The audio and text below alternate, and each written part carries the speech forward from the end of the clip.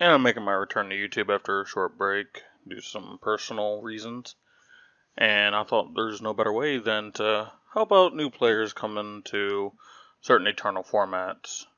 Ever since Channel Fireball Las Vegas, there's been a boom in paper events, being 1Ks, 2Ks, 4Ks, etc., etc. I know there's an SCG Con in Philadelphia soon, and in Indianapolis, I believe, as well. And what we're going to do today is I got 3 formats. I got Modern, Pioneer, and Legacy. And I'm just going to give you guys 3 decks, whether you be a new player to the format in general, or you're a budget player. I will have budget options for a lot of the decks here. So let's just get into it, without further ado. By the way, this is like the 3rd time I've had to record this. I'm very angry. If this one does not get posted to YouTube, I'm going to end up like breaking my monitor. And yeah, I broke the 4th wall. What are you going to do about it? Alright, anyway. So first we're going to start Modern. Modern being like one of the most premier formats in all of Magic. I'd say right beside Commander is the format a lot of people play. And the first deck we're going to talk about is Burn, aka Life Total Control. So I got a couple talking points about this deck. Number 1 being it can play on 2 different axes, whether it be on the ground through creatures or with burn spells. And when I refer to axes, I mean ways it plays the game, the way it gets to its win. And Burn, when it comes to creatures, you have things like Monetary Swiftspear, some play Ragavan, some play Darcy. Like I said, the most common creatures are like the Goblin Guides, the Monetary Swiftspears, yada yada yada. This is a very, very consistent deck. It always does generally what it wants to do, which is another talking point. There's very few games where you actually have to pivot on what you're going to do. It's 9 times out of 10. I'm going to hit you in the face. I'm going to hit you in the face. I might kill one of your creatures, but then I'm going to start hitting you in the face again. And I think especially for newer players to Eternal formats, especially 1v1 formats, having a very linear game plan I think is very, very good. There's not a lot of decision points you have to make that might give you room to mess up. Another one of the best things about Burn is game 1, especially if you're on the play. Your opponent a lot of times won't have main deckable answers. So, to give you an example, right, if we go on MTG Top 8, which was one of my favorite resources, for the last 2 months, Death Shadow has been the number 1 deck. Well, Death Shadow isn't going to stop itself from dying to Burn. Now, what it's most likely going to do is try to hedge and hope you can't get it low enough to where it can't really attack. So let me explain this a little bit better, a little bit more in depth. So its signature creature, Death Shadow. Obviously, the lower your health total is, the bigger it gets.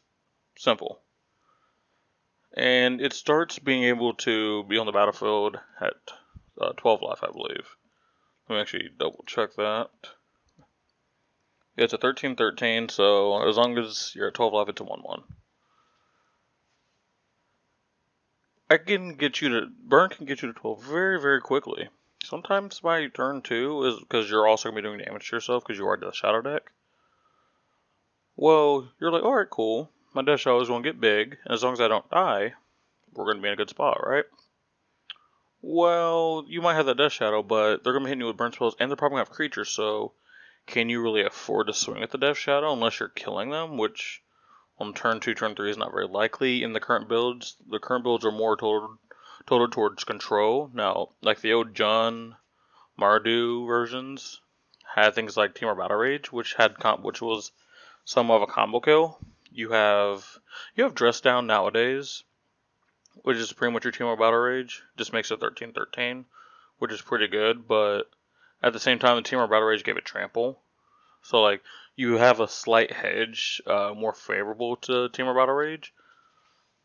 So, there's a really just, like, fine, like, line if you're the Death Shadow player against Burn. And Channel 4 Las Vegas, I actually played Grixis Death Shadow. And the game that lost me the chance to go to day 2 was Burn.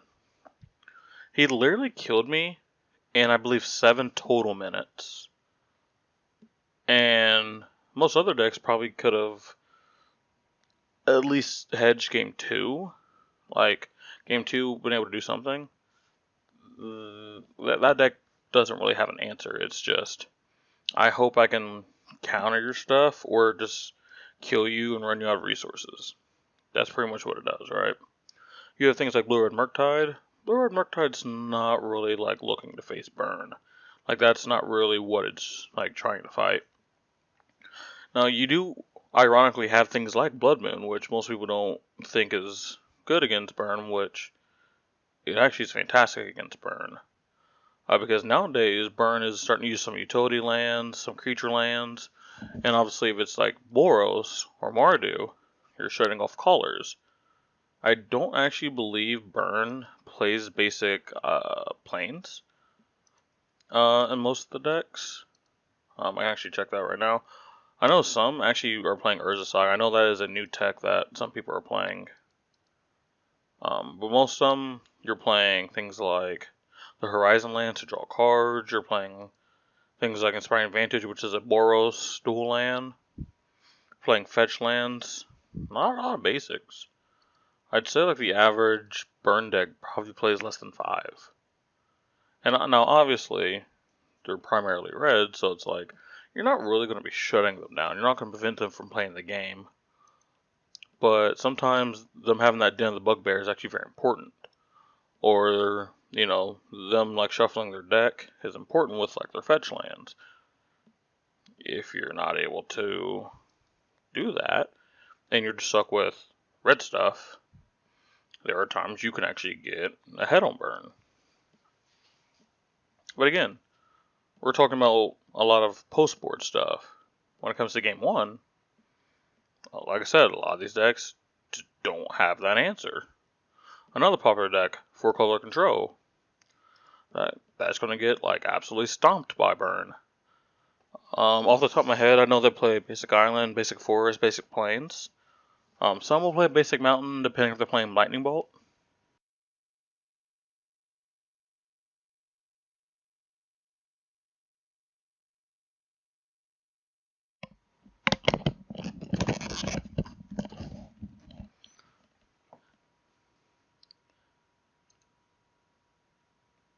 And trying to go against what they're trying to do there, right? So it actually it's actually a big hindrance now. When you have the 80 card version of 4-color control, they'll have things like abundant growth. Some are still playing Utopia Sprawl, not very many anymore, but some are. So I definitely think against the 4-color decks, you're doing amazing. Obviously, the decks that don't play red at all, you're gonna do amazing against. I know. I used to be a big Amulet Titan player when the Paper Vince came out. It was the deck I was playing mainly. Gruul Ponza was one of the biggest decks at the time, and obviously I know that's not burn, but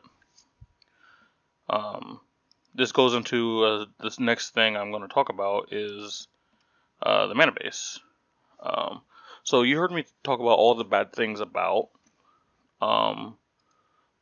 burn, how like it can be how it can be interacted with post board, and how uncommon it is. But at the same time, if you do want to customize your deck, you guys can see the budget version of this deck is running mostly mountains. And something you can actually do is if your metagame is tailored towards fighting burn, you can actually main deck things like Blood Moon. You're obviously probably not going to be using the splash, and if you are, you're going to be running basics of those colors, which again, not really the best, but it definitely is possible. Another big bonus to burn is most of the cards in your deck are 3 and 4 of, so you can see your cards consistently. And most of your cards do the same thing. Like 90% of your cards say deal 2 or deal 3 or deal 4 to target creature or player. So you're going to constantly be seeing that, including sideboard pieces, depending on how you want to build your sideboard. A common thing for burn to side in against like artifact decks is Smash the Smithereens. Well, a lot of decks play 3. And there are a few other cards I can't think on top of my head. that also interact with artifacts. Wear and tear. Wear and tear is one of them. Well, you're going to see your wear and tears, or your wear and tear like effects. Another plus for burn, doesn't mulligan a whole lot. You don't really need to.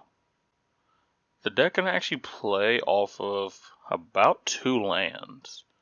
So obviously, if you're playing the Boros version, if like one's your inspiring land, the Boros land, and the other one's a mountain, you're good to go for the most part.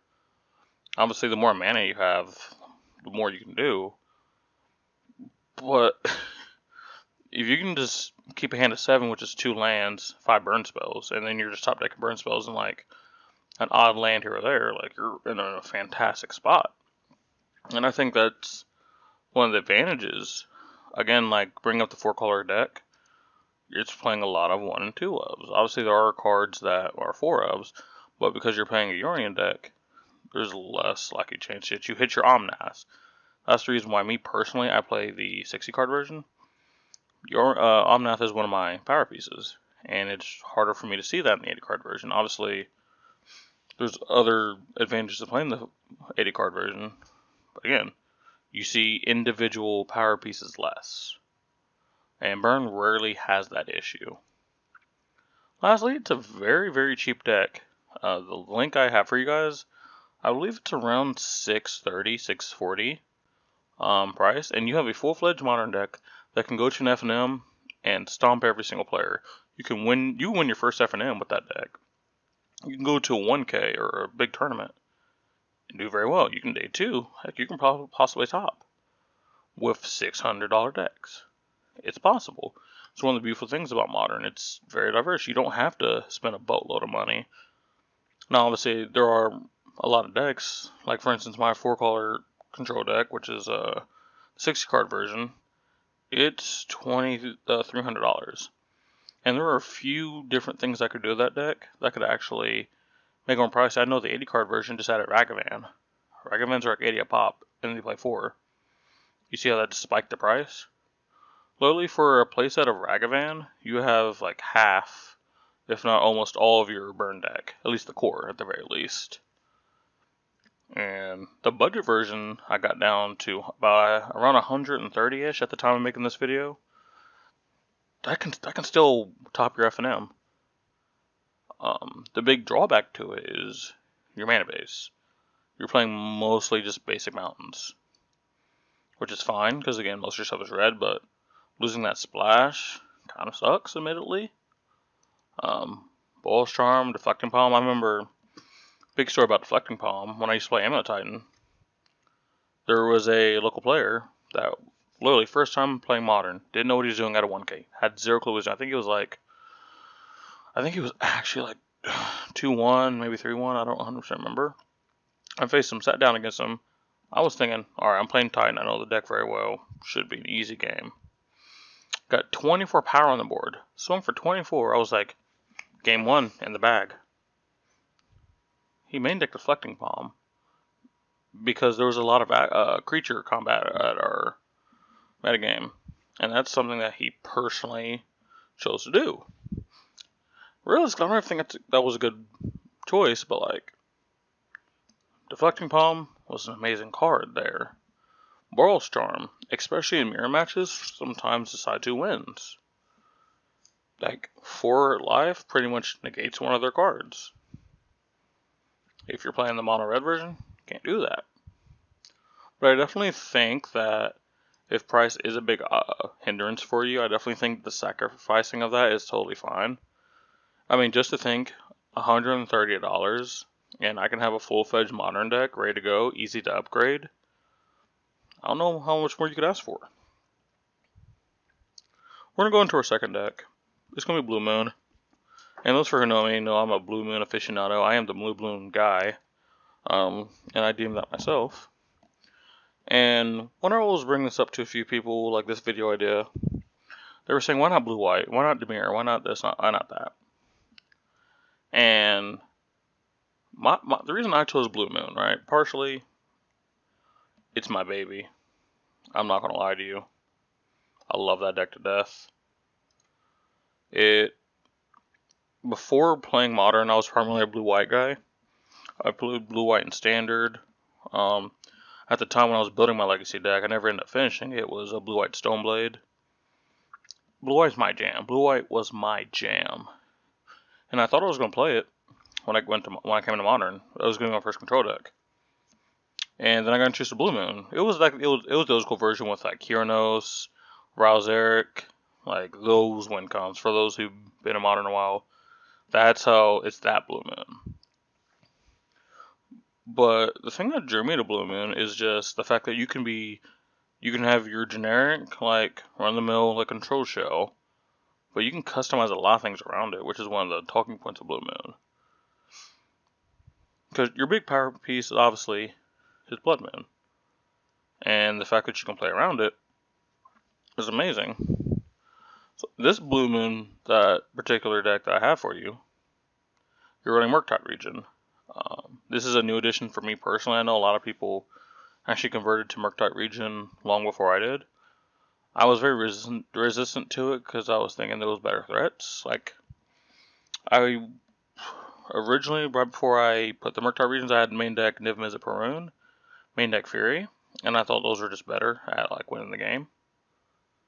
But sometimes a 5/5 flyer, because you're not really turtling out Murktide like you are in other decks, even though you have some of the same tools that, like, the Blue and Murktide deck does have. I mean, a 5/5 flyer with counter magic to back it up and interaction to get through. Sometimes this is good. This is good enough sometimes. And obviously, this is more of a draw go deck. So another reason I prefer Blue Moon, it introduces players to draw go versus tap out control. Tap out control would be more like, again, like the 4-color decks or Planeswalker heavy control decks that want to put pieces on the board that just absolutely swing the pendulum in their favor. Like back in the day, you put a Jace resolving on the board, and if you got to untap with it, the game was over. But you had to tap out for that Jace, so your opponent could easily interact with you. Because, at least in Modern, your really only free counter magic is Force Negation, which you can't play on your turn for free. Or, like, if you're doing on turn 5, turn 6, you have things like Mystical Dispute, Spell Pierce, Spell Snare, depending on what they're using. A couple later turns, you can have Counter Spell, Logic Knock, Mat in the Day, Mana Leak. But if you can just resolve a Jace like turn 4, turn 5, the game can just end. But you have to tap out for that. So nowadays what we're doing is doing things like Memory Deluge. Memory Deluge is pretty much what you're doing with Jace. You're doing Brainstorm. But you're less reliant on the fetch land to help you out. Because a lot of times the Brainstorm is, give me 3 good cards, and we'll get rid of these 2 cards I don't need. But unless you have some sort of shuffle effect, you're Brainstorm locking yourself. But Memory Deluge is 1, it's instant speed. 2, it grows with your mana. 3, you're just choosing what you want. I could hypothetically draw 3 lands, and if there's not 2 cards I have to put back, that was just a waste of a Brainstorm. I might as well Fate Sealed myself, and actually uptick Dace and take him out of range. And another good thing about Blue Moon deck is it's one of the few decks that can actually play Snapcaster Mage. Nowadays, control decks really can't afford to play Snapcaster Mage because, one, Graveyard Hate is out there on the wazoo. A 2/1 really doesn't do a lot for the control decks anymore. But it's just the fact that our deck, once we get a stranglehold on the game, it's so hard for them to swing the pendulum back. So if I can resolve a Blood Moon, and then I can recur my interaction, unlike other control decks, there's almost no way for them to come back. Like blue-white control can just dirtle. If it's not finding it's like the Fairy Hero Dominaria, or it's Jace if it still chooses to play it, it's really not doing anything. As well as if you're playing Blue Moon versus blue-white control, and they're playing stuff like Celestial Colonnade and Hall of the Storm Giants, well, your Blood Moon says, no, you're in a basic mountain, which just helps out their Prismatic command. But You have counter magic for that, and I can already feel myself getting crazy. This happened in every single other recording I did. I just started spouting on for like on and on. I remember one of the recording sessions, 30 minutes of the video was literally me just talking about Blue Moon. I didn't even go through any of the points. So that's me kind of pulling the curtain back a little bit. I'm gonna have to kind of just push this section on a little bit before I just go crazy again. This is just my baby. This deck is my baby. So another talking point on Blue Moon, it takes advantage of the typical non-basic mana bases internal formats. So again, if we look at all the current decks in Modern that are popular, Death Shadow. It uses red mana, obviously. Plays things like Unholy Heat, Ragavan, Darcy. Yeah. Why would Blue Moon affect that deck? Well, how does Ram mana help you cast your Death Shadow or your Fatal Push? If you don't have that basic island, which you don't want to play basic island, how are you gonna cast that Expressive Iteration? How are you gonna cast that Drown Lock? You can't. So outside of their creatures and a few of their interaction spells, they can't use that red mana. They can't. So I think against Death Shadow, huge. Against Blue at Murktide, surprisingly, in my matches against it, which is a deck that's actually very similar to this deck, it takes more aggressive angle rather than a controlling angle.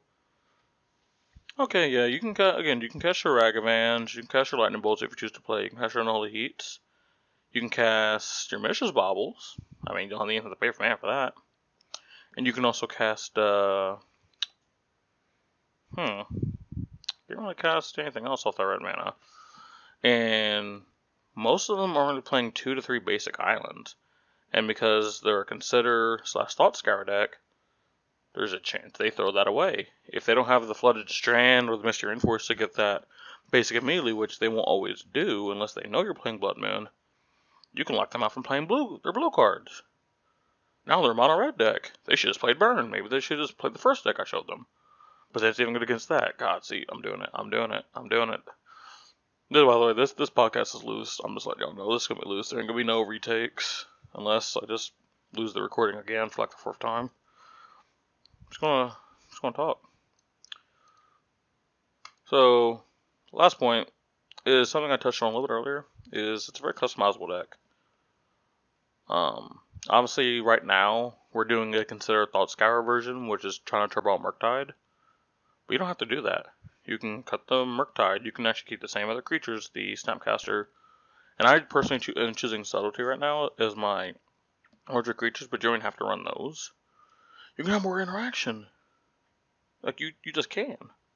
Like, I used to have Fury and Divinity in the main deck. You can put more forces in the main deck if you really just want to interact. You can obviously put more Blood Moons. When you go to the sideboard, in my particular deck, I have things like Tasha's Hideous Laughter.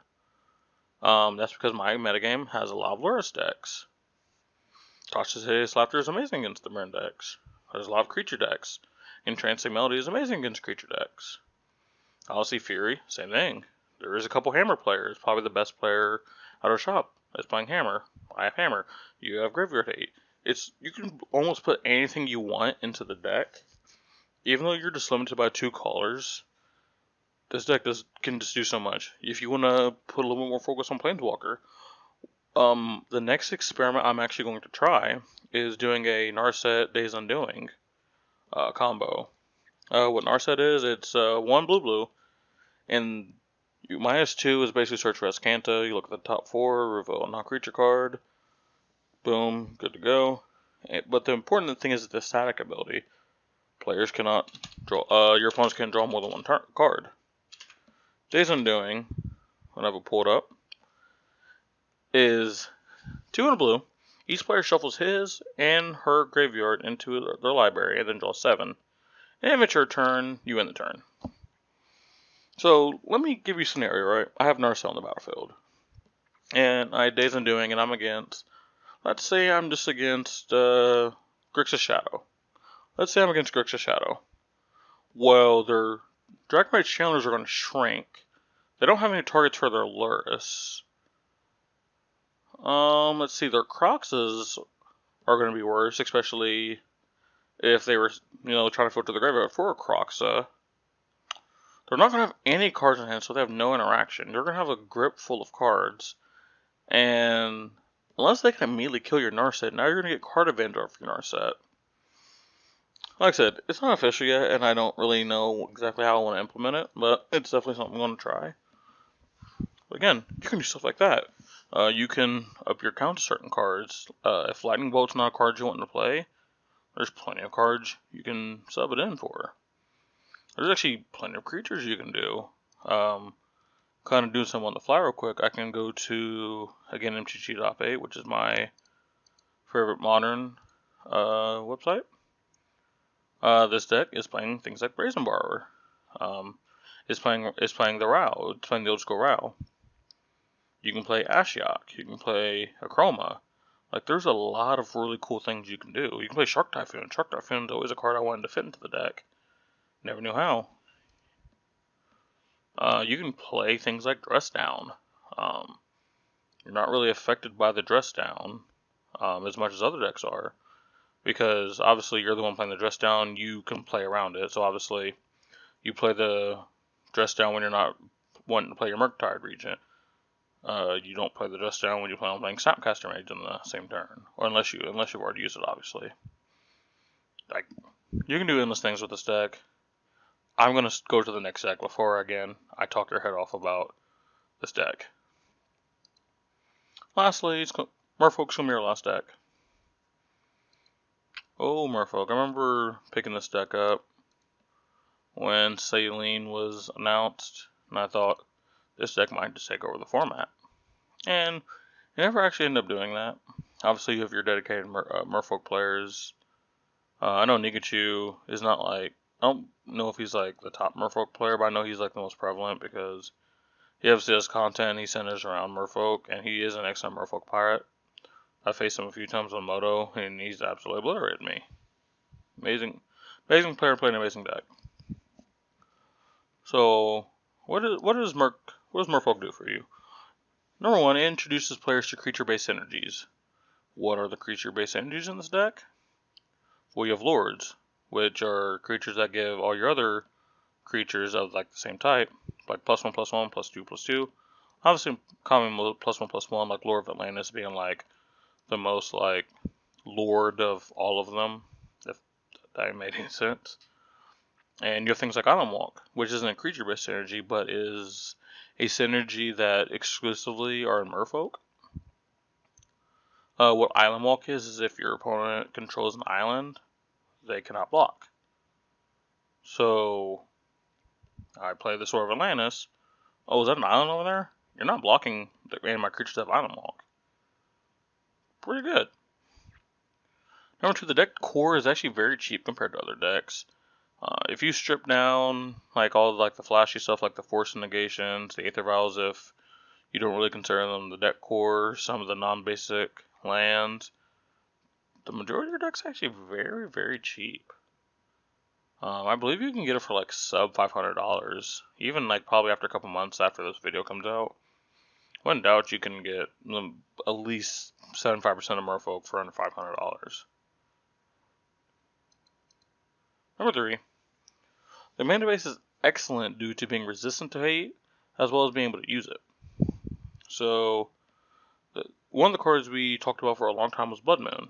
Alright, well, we're playing Merfolk. What are you Blood Mooning? Really, the best thing you can Univolt? Wow. I'm doing amazing. We're not retaking anything. One take is all we do.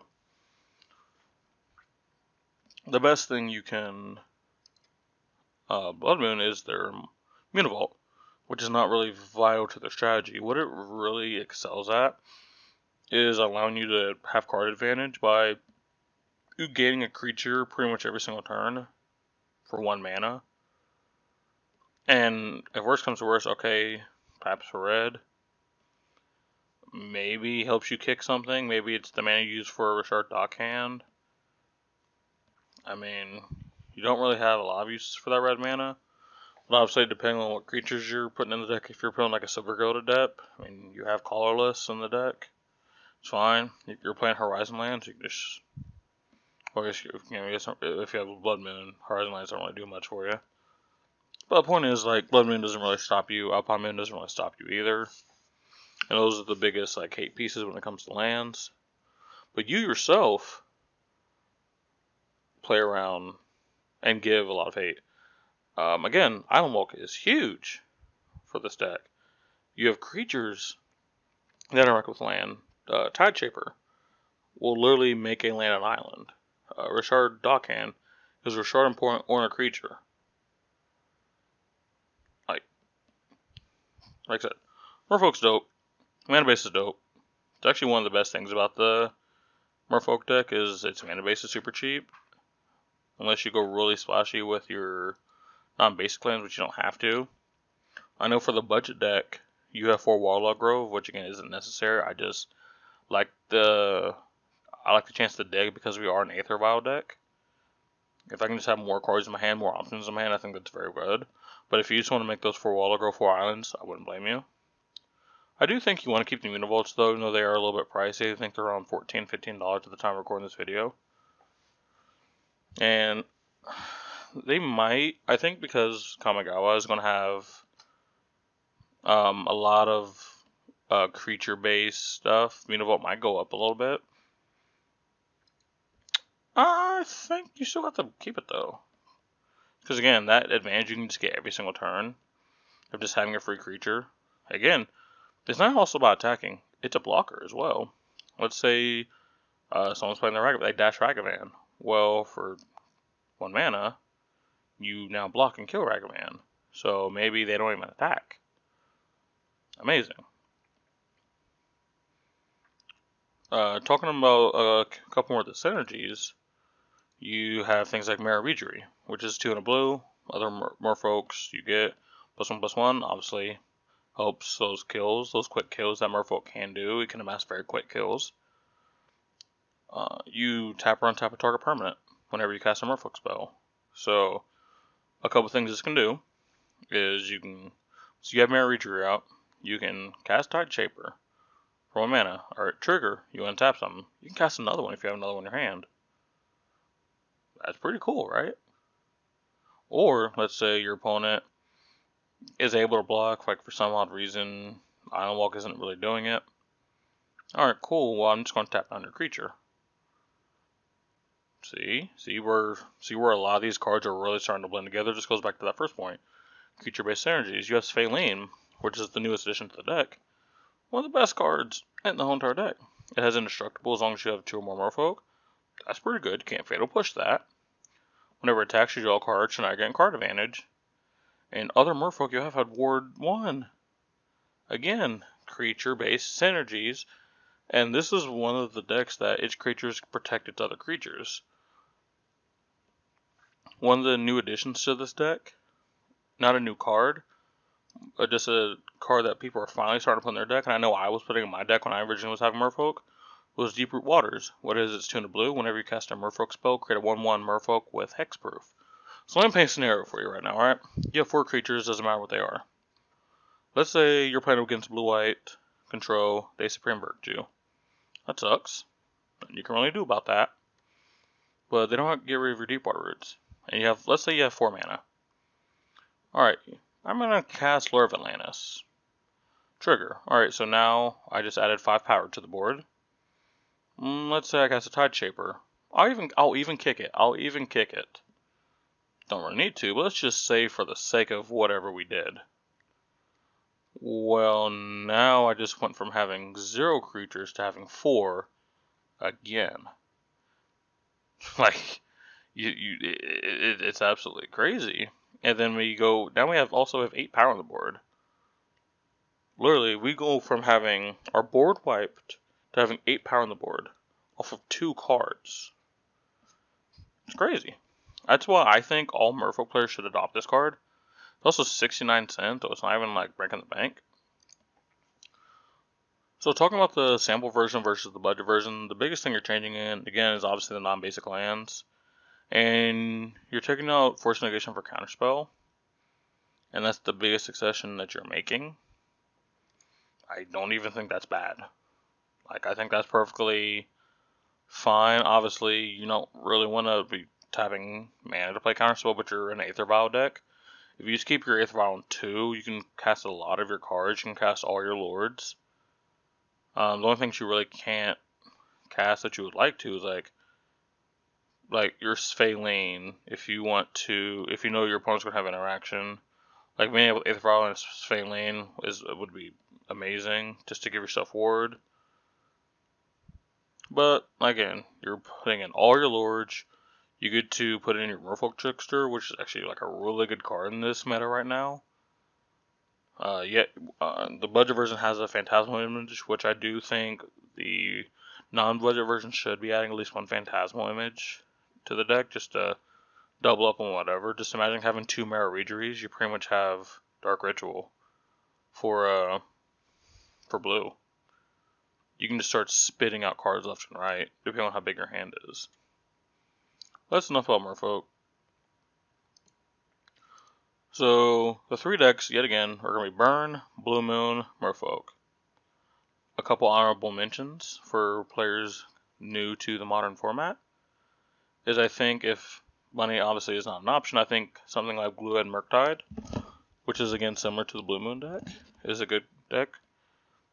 It's a very simple deck on the surface. Your creature aggro deck with control backup, I think that's pretty simple for most people to be able to grasp.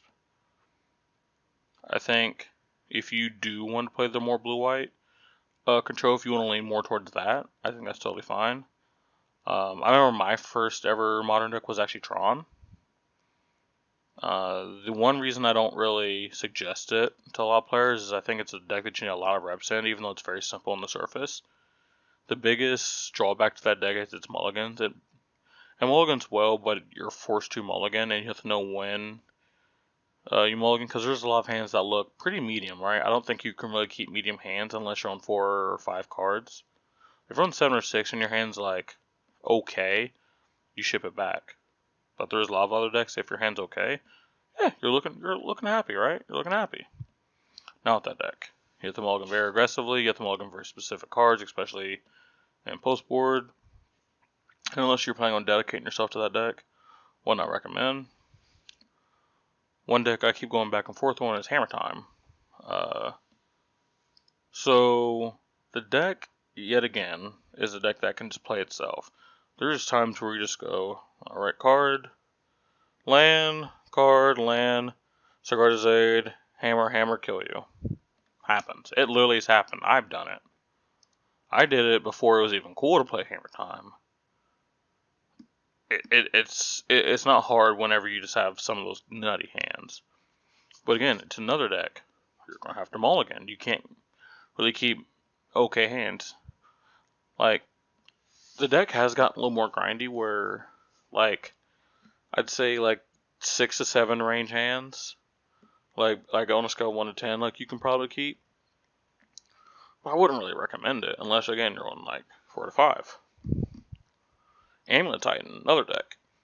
I played a lot. I think, again, it's not a deck on the surface. It's just like, ramp, play a Titan, kill someone with Valakut or a big Titan. But yet again, just like all these other decks I've talked about, your mulligans will kill you if you don't know how to properly do it. It's one of the reasons I put the deck down. It's just because I wasn't able to grasp what type of mulligans I should be taking, what cards to always look for. Because you can maybe make a generic flowchart of, as long as you have this, this is okay, and if you have this, you don't need this, blah blah blah. In my opinion, it goes deeper than that though, and just like Hammer Time, just like Tron, if you're willing to put in the reps with Amulet Titan, like at least in my opinion, these decks where I say the mulligans are the biggest thing, I think you should at least play test like 20-ish games before you take it to like a serious event. Moto is probably your best resource. Goat fishing, like, is probably like okay. Wouldn't really recommend it because you can't like predict interaction. You can maybe fake predict interaction, but it's not really my cup of tea. The last two decks are going to be Blue Black Mill and Heliod Life, and why we're doing these two decks is they attack on an axis not very common. Neither one of these decks really are relying on creature combat, and they're going to try to kill you with inevitability. Mill is inevitably going to remove your whole entire deck, and if you do not kill them, your whole entire deck will be gone. And even graveyard-based decks, because one of the decks I used to always play was Phoenix. I recently took it apart, sold some cards out of it. Jeskai Phoenix was one of my most played decks in Modern, and I was scared to go up against Mill. And you would think, well, why would you want to go? They're putting your stuff in your graveyard. I'm like, yeah, you're right. But what if they're putting like my very important pieces in the graveyard? Obviously, yeah, they're gonna mill some Arclight Phoenixes. They're gonna mill some. If you're playing Dredge, they're gonna mill some of your Dredge cards.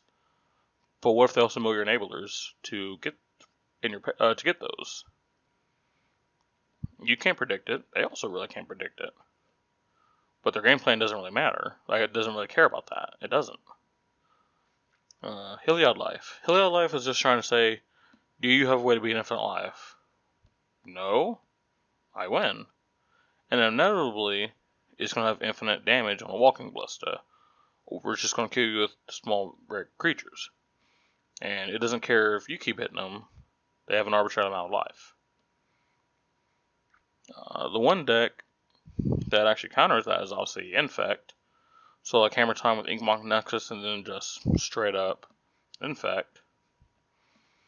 They can have some pushback, as well as the Mill has some pushback against that.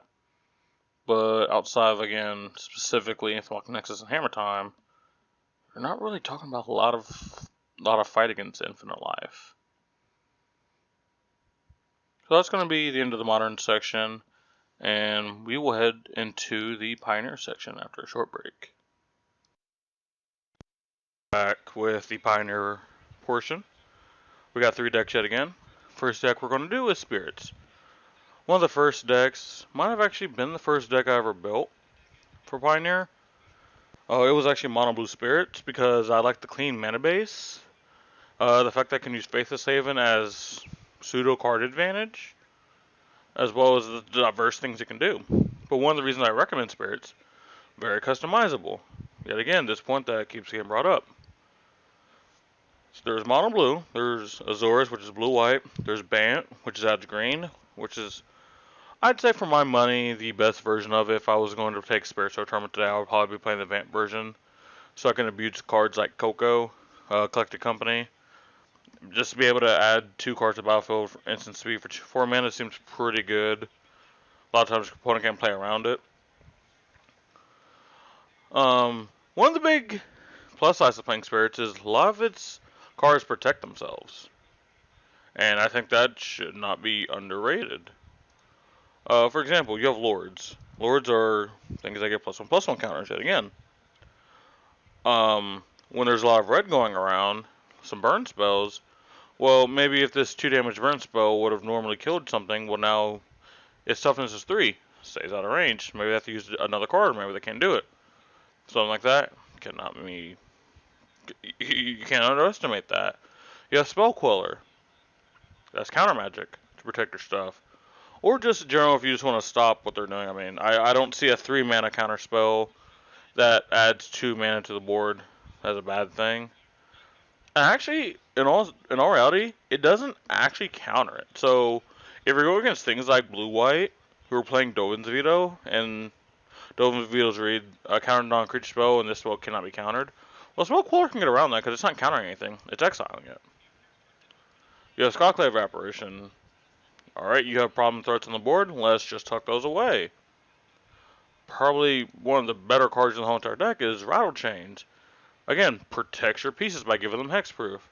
And now, you have this really cool thing where all your spirits have flash. Now you're just holding mana up on your turn. You're only playing on your opponent's end step. Stuff like that, it's amazing. You have Maelstrom Wanderer. Again, built-in counter magic. That's one of the really cool things about this deck is you have built-in counter magic that doesn't like skew away from what you're trying to do. Your plan A is put things on the board, but your plan A also is counter magic. It's removal.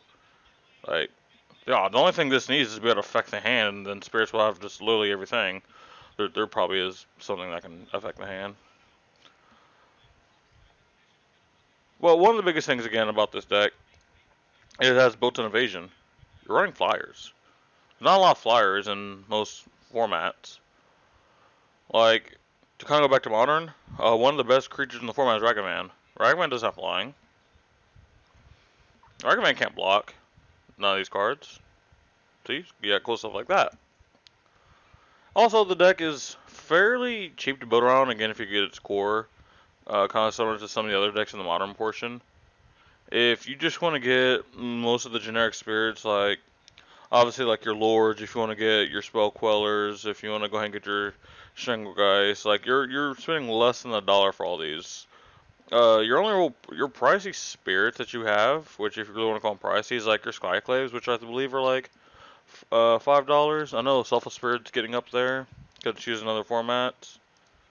Maelstrom Wanderer can be $1 or $2, but realistically, like you're not really asking for a lot money wise. I think the deck is absolutely fantastic. Next deck we have Winota. A card in a deck that's near and dear to my heart. I've played this in multiple formats. I love the card so much. Let me actually let me actually break down what this card is real quick, because it has a big wall of text, and for those who may not know, Winota, join our forces as 2 red and a white. Legendary creature, human warrior. Yeah, we're doing this. Whenever a non-human creature you control attacks, look at the top 6 cards of your library. You may put a human creature from among them onto the battlefield tapped and attacking. It gains an indestructible to the turn. Put the rest of the cards at the bottom in a random order. Now, it's also a 4/4, which, again, pretty nice. It's so hard, right? It's so hard for me not to take 5 hours to tell you like how good this card is, and why there's a whole entire deck builder on one specific card. So let me put this into a scenario for you. Let me do this. Let me do this. Your opponent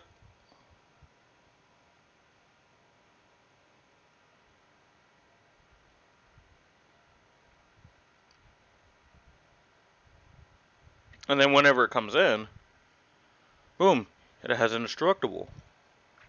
So now even if they opt to block it, they can't, right? Let's say you're going against that Thoughtseize deck in the same deck, the same Rakdos deck, playing Thoughtseize, and it's stripping you of your hand, all your cards are going away. Well, let's say you have let's just say you have 2 Evolus Mystics out. You know, you really don't need the mana anymore because you ain't got nothing to cast. Well, let's say I just attack with the 2 Evolus Mystics. Alright, I got 2 triggers. Let me just bring in a Brutal Cathar, right? And, let's just say, I don't know, let's just say a Tolvar, right? Let's just say a Tolvar, because I know most of the Winota decks right now are shifting more towards a Warworth name. Well, let's see what happened here. I exiled a creature of yours. I added 2 creatures, and then one of those creatures gave me 2 wolves. So let's see here. I went from 6 power on the board. I went to 8, 10, 12. Oh, I went from 4 to 2 to 16 power on the board. Obviously, only 12 of that's attacking, but still, you can't tell me that's like not insane, right? The deck surprisingly has a lot of interaction. Like obviously, you have Brutal Cathar. You have things like Go to Goose, which even though it's not like interaction, it's interacting with your life total. So if your opponent's also like an aggro game plan, well, now you can just make food. You're a Process Innkeeper, again, protects your life total. You have Tolvar, affecting the battlefield. It can either create more blockers or more attackers. On the backside, the Pack Leader, it has the fight ability. I know it's 2 in green. One of your creatures just fights another creature. Tolvar allows you to draw cards. That's insane. And on its backside, pumps your creatures and gives it trample. Very important. Obviously, one of the big things is a voice resurgence. You just get more creatures if your opponent tries to interact with you. And then, obviously, Winota. Oh, my girl, Winota. I think one of the biggest things that people don't understand about this is the fact it gets run a lot of stack pieces. I'd say like one of the biggest stack pieces doesn't get around is Hushbringer, but like I don't really think Hushbringer is actually being played that much. I could be wrong, maybe it's just my local metagame, but I rarely see it. So without doing anything from your hand, and just by playing the game normally, I'm now adding to the battlefield, and it's not even like just put something on the battlefield. It comes in tapped and attacking. So hypothetically, I don't believe it's in the format, right? But I just wanted to state like how important an effect like this is. And Snaring Bridge. Obviously, this is like a really weird example because if you don't, I don't believe it's actually in the format. But let's just say it's in the format, and your opponent has 2 cards in hand. Well, only your 2 things and less can attack, and again, you have those 2 Over's Mystics. Well, if you have a Winota, your Winota can't attack. Your Tolvars can't attack. Well, that's cool. I'm going to just attack and bring other creatures in already tapped and attacking. And let's say I bring in like another Winota and Tolvar. Well, by mechanic, they're attacking, so they get around the stacks piece. It's oh god. Here we go. This is the Blue Moon thing all over again. I'm just gonna go on and on and on. You also have really other powerful cards in the deck like Escacheri and Ranger class. Again, just giving you bodies. Like this deck just does not stop. It is a snowball. It is almost the literal definition of a snowball. One of the other big things in this format is creature v creature combat, and often wins that. Again, the Winota, indestructible. Well, the cards that it's bringing in is indestructible. Some of your creatures are just.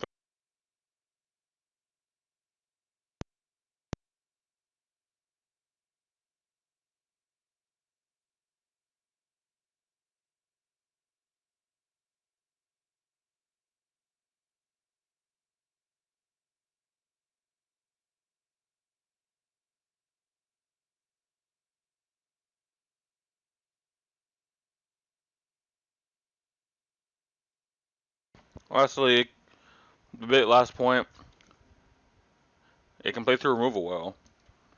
It's one of the nails I've tried to hit on the head. I mean, just paint. I just like painting. Maybe I'm just Bob Ross. Maybe I'm the magic version of Bob Ross. Your opponent's fatal pushing your creatures, burn your creatures left and right. And again, kind of similar to the card advantage thing. I have nothing else I can like play for my hand. It's just I've run out of cards. Every single threat I've put out, they've killed.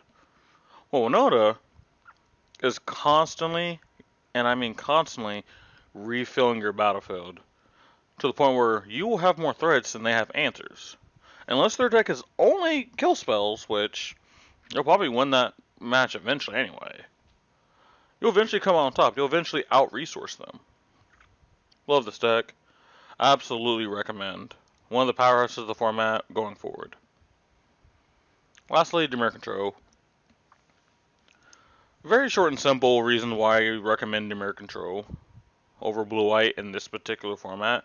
I believe the card quality of Blue-White Control outside Teferi Hero Dominaria is lower than Dimir Control. Now, obviously, if you were just a fan of Blue-White Control, like I am, play it. It's something I'm used to playing. I know a lot of people are big Blue-White people. If you're familiar with the deck, it will play similar how it does in every single format. I think that's fine. But for someone who's just new to the format, maybe new control, I prefer Dimir, because it has a mix of hand control and board control. It's doing very 2 different things that you can learn how to do. And again, when I'm talking about board control, I believe we are in a very creature-heavy format. That deck is better at killing people. You have sweepers, you have individual kill spells. So what Blue-White wants to do is, like, one of its cards is Azorius Charm.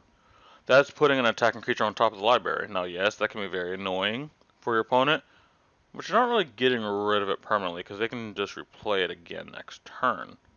Now, maybe it gives you a chance to counter on the way back down, but now using 2 cards on 1 card, and it's like, yeah, you know, you're kind of fighting a losing battle. But that's all I have for Demir Control. And we'll be right back with the last portion, which is Legacy. First of all, guys, before we get to the Legacy portion of the podcast, I also want to say, if you've made it this far, please, if you like, favorite the video, subscribe, help a brother out. We're going to try and do this thing, we're going to try and make it big. Well, for the Legacy portion, what we're going to do is hopefully you guys have access to your screen, because when it comes to Legacy, I'm not as in-depth as I am in the other formats. Legacy is a format I've actually never completed the deck. I was very close. I was going to start competing in tournaments. Things fell through, and I never truly went to push myself to play. Now, obviously, I've played in some leagues, played in some the Man Trader cities, but again, I'm not as in depth as the general Legacy community. So I actually asked them for help. I went around and asked them for help. So what we're gonna do is I'm just gonna pull some posts from the Reddit. I'm gonna post them on screen, and I will read them out for those who obviously can't hear them. And I'll give a shout out to the people who helped me. So first of all, we have Affectionate Band 3971 who says, Reanimator is a good choice, as a very linear game plan, and can be built in many different variations. Mono Black Reanimator is one of the cheapest entry points into the format. Depths decks are generally pretty good too. They offer a very simple strategy and an effective package. These can also be built on a smaller budget. Death and Taxes is a good option for anyone who has already played the deck in Modern. Even if Legacy is different, it's the same idea. Sneak and Show is a very reputable deck that is simple. Goblins is also worth mentioning, and also can be more budget friendly.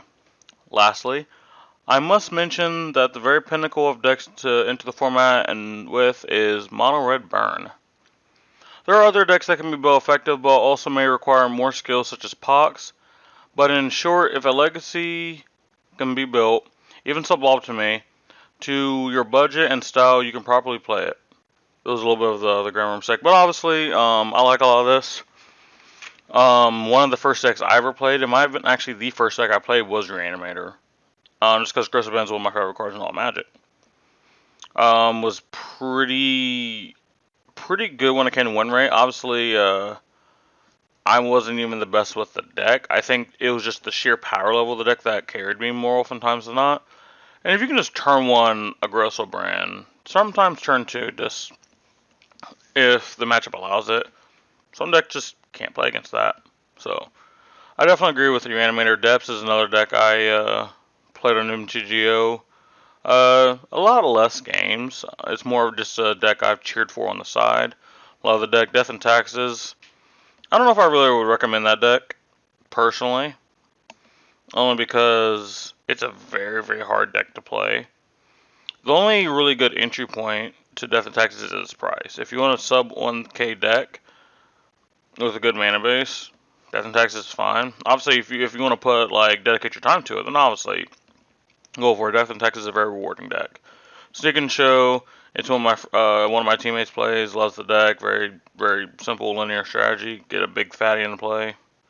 Goblins, I can't say much about Goblins. Never really played Goblins. I don't even know what Legacy Goblins looks like.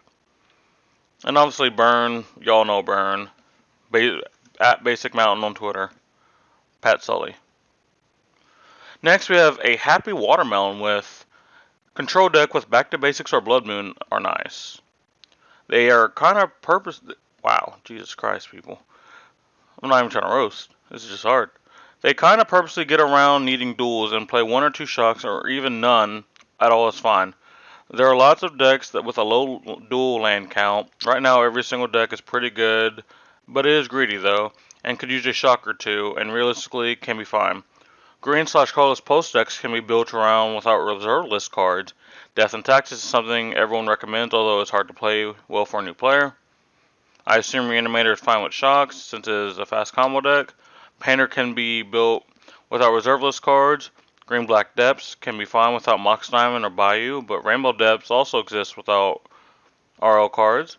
I bet Infect can be played with shocks and reasonably be fine. Merfolk is an option. Mono Red Goblins.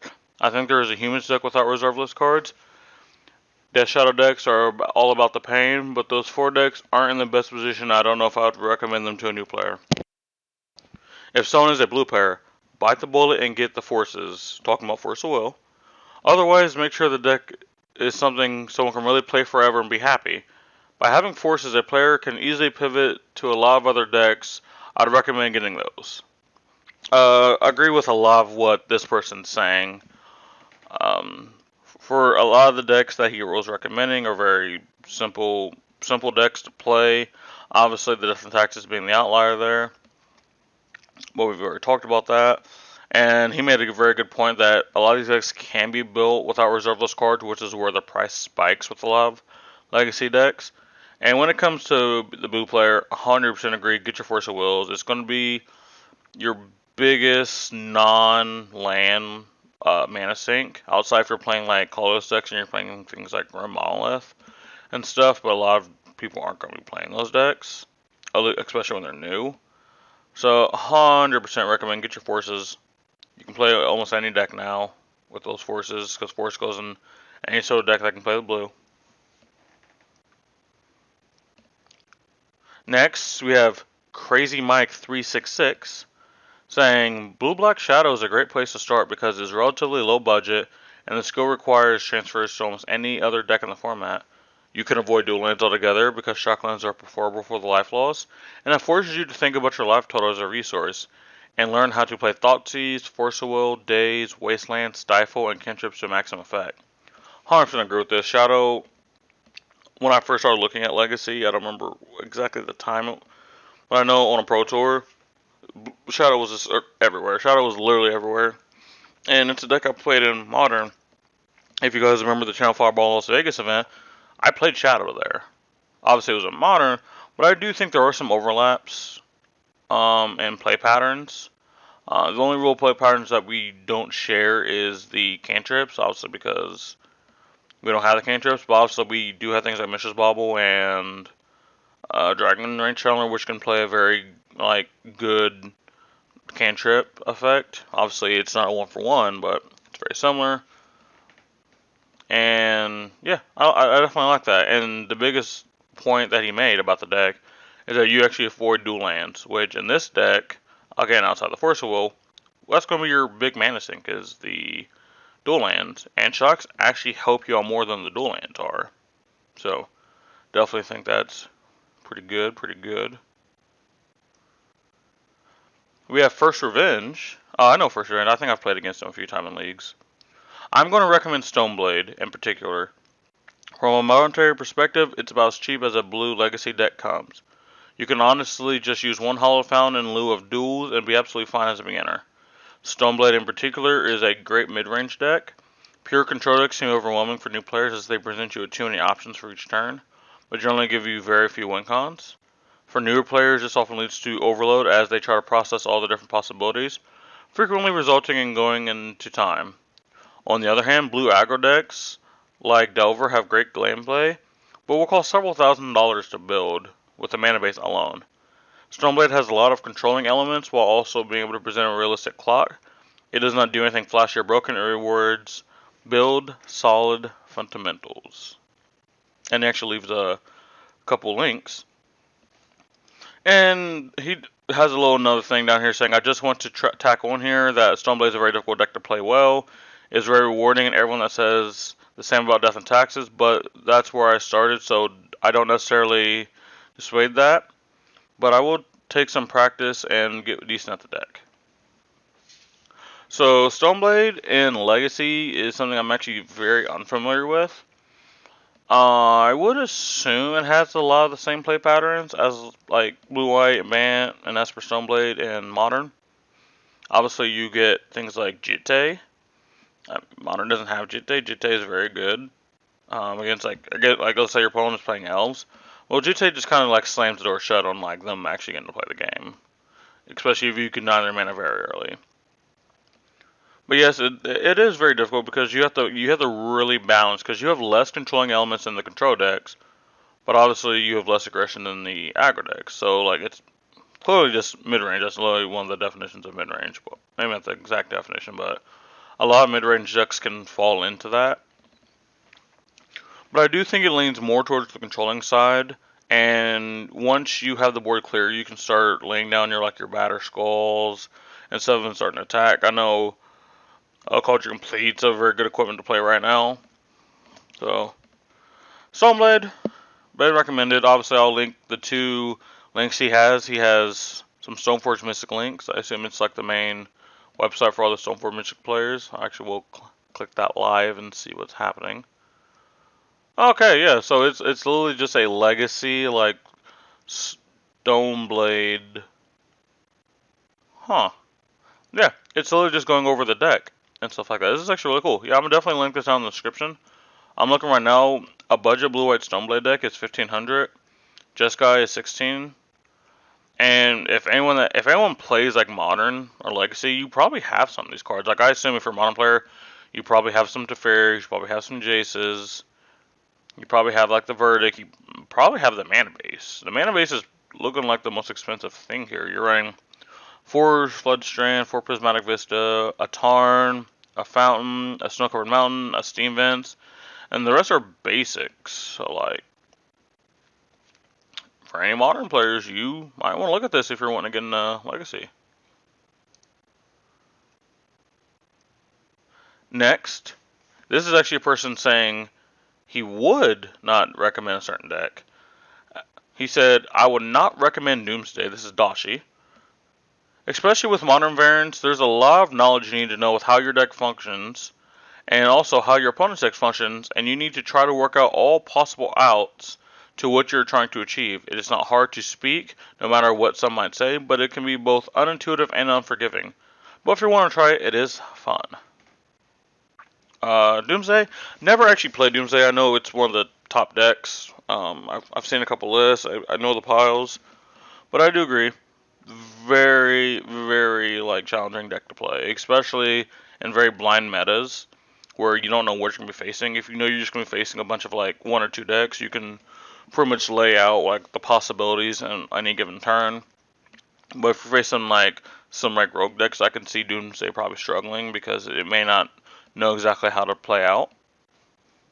We have a very short one here. We have Do Jin Tran. Ninjas. You only need 1 use Underground Sea. 100% agree. If you actually look at Ninjas, which is one of the decks recently I've been looking at, it ranges anywhere from about 18 to 2,500. And Underground Seas are around a K. Don't know the exact seas. If you want to get one right here, right now, I can look that up live actually, because I got my handy dandy TCG player right next to me. Underground Sea. So apparently TCG player doesn't even have any. Let me try refreshing the page actually. Yeah, we're doing a little slide by the way. Okay, no one stop me.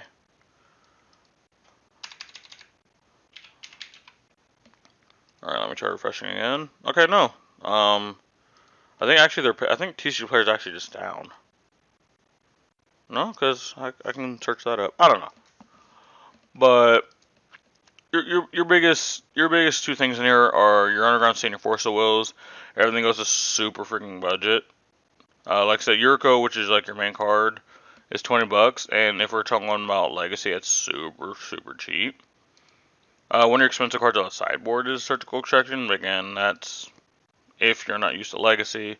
If you're a Legacy player, that's a budget card. Same thing with like your Flush Terms. Now your Force Negations, if you're choosing to run Force Negations, they are actually down to 70. So I do suggest if you want to get in, you want to get your Force of Negations now, because I do obviously predict that they will go back up.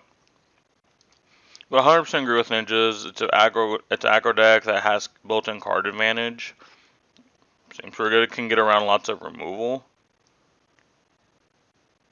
Let's see if we have another one. We have the Photo Man. There are 3 ways you can get into Paper Legacy. You can 1, buy a good enough deck that doesn't require reserve list cards and doesn't require many reserve list cards. Good options here include Death and Taxes, Blue Black Delver. You can run 40 Water Grave and an island without dropping much. Rainbow Depths, Monitoring Cloud Post, 8 Cast, Oops All Spells for non-reverse list. Red Stomps. What is Red Stomps? We're gonna look this up live. Oh, it's that mono blue. It's that mono red deck. I know that. Yeah, as soon as I clicked it, I seen like the Chalice and the Transfer. I was like, oh yeah, I know this deck. I've seen this deck played. Yeah, this deck is actually really solid. It's one of the decks that actually main decks land hate outside of Wasteland. It's playing for Blood Moon.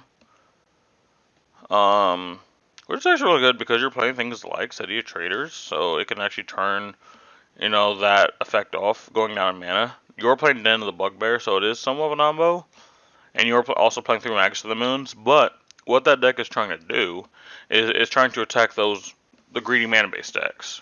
Like that's all that's trying to do. Especially like decks that don't use red.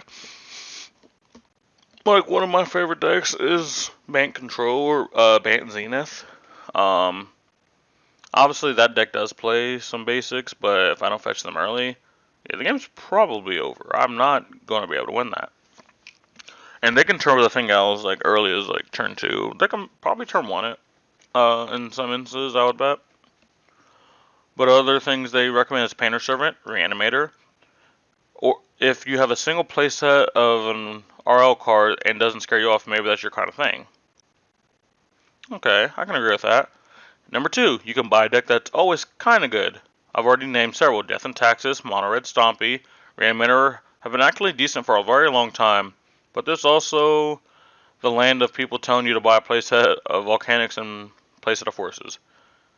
Obviously, if money is not an issue for you, boom, you can buy a couple of these decks. Obviously, the Volcanics are going to run you a decent penny, the Forces will, but if you really don't care, there's a couple decks for you. Number 3, use Card Hoarder's loan account to figure out what deck you like playing, then buy it, regardless of what it is. If you do this, life pro tip, never borrow lands. You may fall hopelessly in love with a 10k deck. Yeah, one thing I'll never do is actually borrow someone's legacy deck. The card shop owner that I go to, when I was going to play Post, said, hey, you want to just borrow my Candle Operas? And initially I was like, yeah, cool, but then I was like, you know what? I'm not the best shuffler when it comes to like keeping the cards like very clean and tight. I would hate to be like, hey man, you know those near mint Candle Operas? Yeah, they're kind of mint.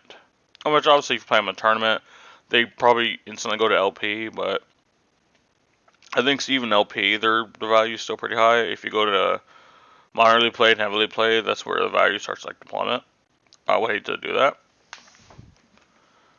And the last part of this is this, with all of that said, I want you to bear in mind what tends to work in Legacy. Number 1, fast combo. Your historical poster child hero is Belcher. But perhaps Oops All Spell represents the current version of this extreme. There are others, though. Reanimator, Doomsday, Allurin, and Sneak and Show are all very good fast combo decks. And of course, you have Storm decks and Elves. Number 2, Brainstorm, Force of Will, and Fetch Lands. This strategy is perhaps the soul of the format, and it is all about having better card every single time. Delver is the strategy right now.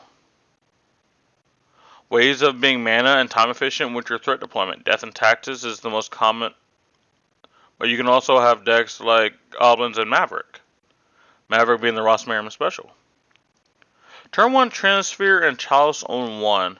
There are lots of Stompy decks out there, of which Red Stompy is currently the best because it gets to run Blood Moon. Life of the Loam and Merit Lage. Yes, these are the combo decks, but as the combo is slow, these decks tend towards being more interactive. Slow Depths, a depreciated deck, and land or poster child here. Number 6, Cloudpost. Just casting bigger things than your opponent is still pretty good. Mixing and matching shows. You want to put Loam / Depths into Maverick?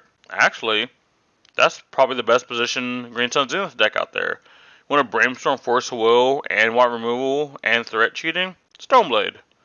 I've seen Uro-centered blue-green Loam lists, and I've seen 4-color Loam lists that get to play Chalice. Ninjas does a good job of combining Brainstorm / Force shows and efficient threat deployment as well. Alright guys, that's going to be the end of the Legacy portion. Hopefully you guys learned some. I know I definitely did in this portion. And I definitely think this is a pretty good resource for anyone wanting to get into an Eternal format. Obviously the best thing I think you should do is just look up stuff. I didn't really know much about Modern. until I started getting on websites. Legacy and Pioneer, same thing. Like, my favorite one is MTG Top 8, but there's obviously MTGDecks.com, there's MTG Goldfish, there's Reddit. Bamzing does a very good thing on Moderm where he does challenge rundowns and stuff. I suggest do some research for yourself. Maybe there was something I didn't name on any of these formats that you want to pick up. These are just my suggestions. Again, for Modern, one of the first decks I actually built was Bogles. No one's going to recommend you Bogles, but maybe you just like what the game plan's doing. You want to try out Tron? You want to try out Control, Jeskai, Pox, Infect? In Eternal formats, the world is your oyster. So again, I recommend do a little bit of research yourself, find out what you like. And again, make sure you guys leave a like, favorite, and subscribe. I'll talk to you guys next time. Siphon out.